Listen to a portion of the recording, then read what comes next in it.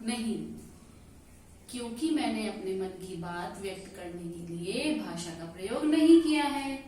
और पिछले वीडियो में हमने यही पाठ पढ़ा था, भाषा और व्याकरण। तो बच्चों, जैसा कि हमने परिभाषा में भी पढ़ा था कि मनुष्य अपने मन के भावों को व्यक्त करने के लिए, प्रकट करने के लिए, दूसरों को समझाने के लिए भाषा का प्रयोग करता है। तो भाषा हमने कितने प्रकार की पढ़ी थी?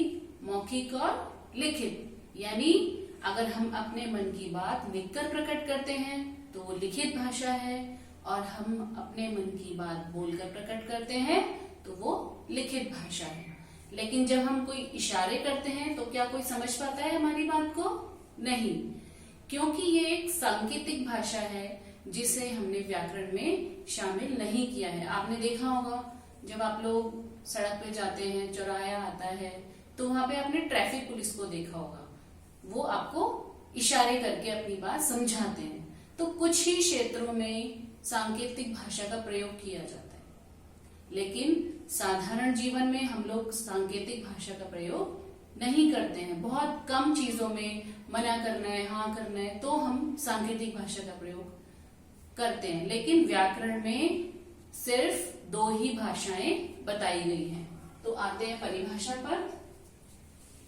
परिभाषा, हम अपने मन के भावों को जिस माध्यम से एक दूसरे तक पहुंचाते हैं उसे भाषा कहते हैं।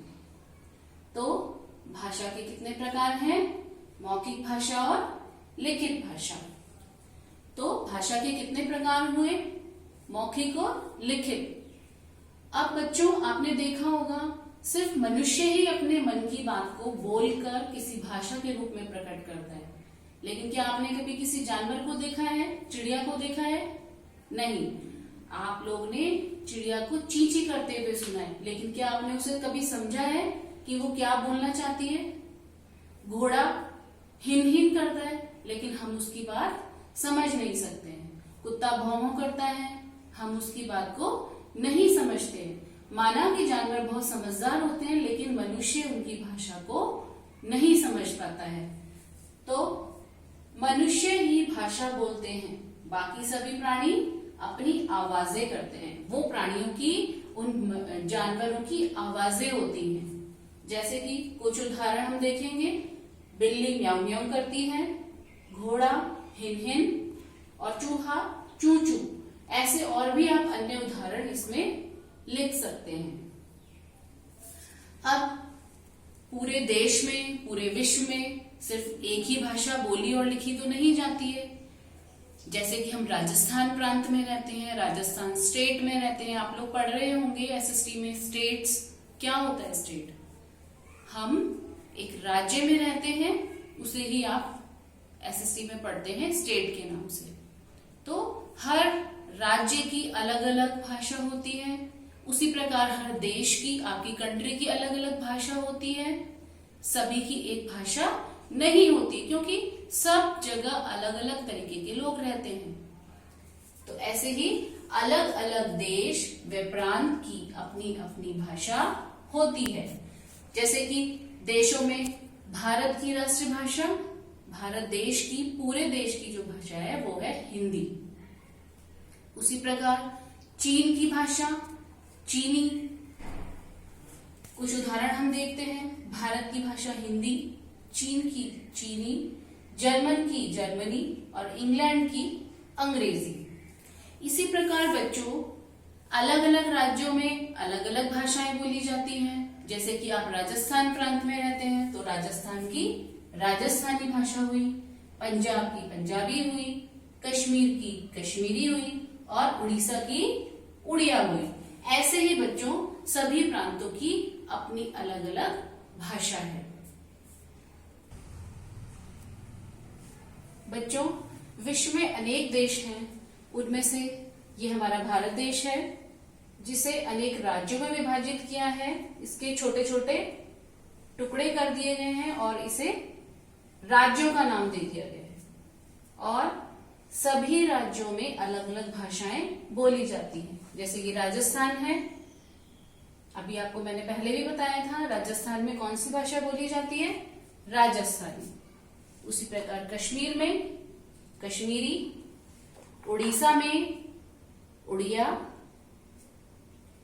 उसी प्रकार आपका तमिलनाडु में तमिल भाषा बोली जाती है, पंजाब में पंजाबी, हरियाणा हरियाणवी। तो इसी प्रकार ये तो हुई भाषा की बात। अब हम चलते हैं व्याकरण की ओर। व्याकरण,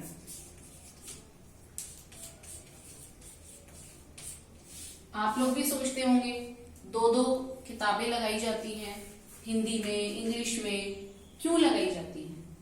एक आपकी रीडर की किताब होती है और दूसरी आपकी व्याकरण भाषा की, व्याकरण की पुस्तक होती है।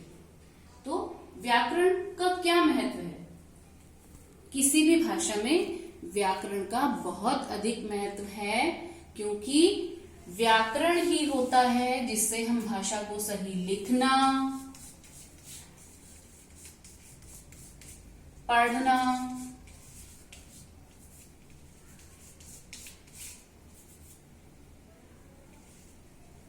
बोलना और समझना सीखते हैं। तो व्याकरण में हम ये सभी चीजें सीखते हैं। कोई भी छोटा बच्चा होता है, आप लोग भी बहुत बार गलतियां करते हैं, कोई भी वाक्य बोलते हैं, मैम मेरी इरेजर खो गई, तो यहां पे खो गई जो शब्द है स्त्रीलिंग है, लेकिन इरेजर क्या शब्द, इरेजर कैसा शब्द है? पुल्लिंग शब्द है। तो आप यही सभी बातें व्याकरण में सीखते हैं। लड़कियां बोलती हैं मैं खाऊंगा, जाऊंगा, तो ये व्याकरण का गलत प्रयोग है।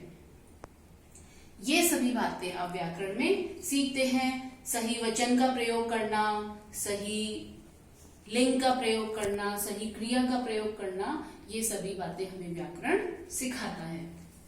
परिभाषा की तरफ बढ़ते हैं। परिभाषा, व्याकरण हमें भाषा को सही बोलना, पढ़ना, लिखना और समझना सिखाता है। बच्चों, आपको समझ में आ ही गया होगा भाषा और व्याकरण दोनों के बारे में। तो बच्चों, आज हमने जो भी कार्य बोर्ड पर किया है, आप लोग अपनी कॉपी में या रफ कॉपी में इस कार्य को करेंगे और भाषा को समझने की कोशिश करेंगे।